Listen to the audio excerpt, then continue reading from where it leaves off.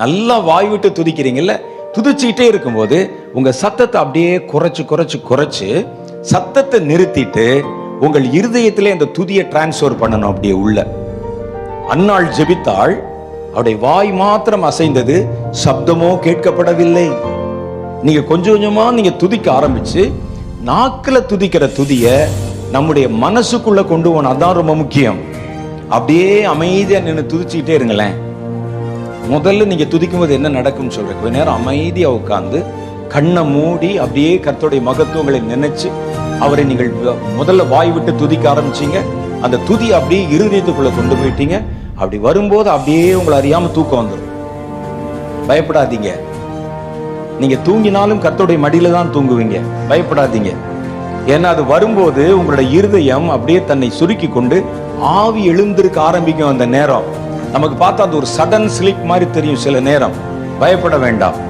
முதல்ல அப்படிதான் இருக்கும். ஒரு 2 நாளைக்கு அப்படி இருக்கும். ஐயோ தூங்கிட்டோமோ. அதுக்கு மன்னிப்பு கேட்டு இருப்பான் சில ஆளு. ஜெபம் பண்ணும்போது தூங்கிட்டேன் ஆண்டவரேன்னு சொல்லி. கர்த்தர் அப்படியெல்லாம் வந்து கழுத்துல மிதிச்சு கொண்டுற மாட்டார். ஜெபம் பண்ணும்போது தூங்க வச்சுற ராஸ்கல் அப்படின்னு. பரவாயில்ல, விட்டுருங்க. 2 நாள் 3 நாள் நீங்கள் ஜெபம் பண்ண ஆரம்பித்து காத்திருக்கும் போது நீங்க செஞ்சு பாருங்களேன், நடக்குதா இல்லையான்னு.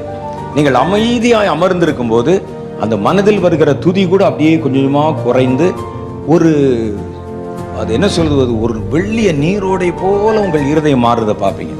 அப்படி இருக்கும்போது உள்ளுக்குள்ள ஒரு சத்தம், மெல்லிய சத்தம் கேட்கும். அமர்ந்த மெல்லிய சத்தம். கர்த்தர் அமர்ந்த மெல்லிய சத்தத்திலே எலியாவுக்கு தன்னை வெளிப்படுத்தினார். அந்த சத்தம், மெல்லிய சத்தம் கேட்கும். நீங்க அதை கூர்ந்து கேட்க ஆரம்பிக்கீங்களேன், ஒரு ஆள் பேசுற மாதிரியே கேட்கும். அவர் உங்களோட பேசுவது நல்லா புரியும்.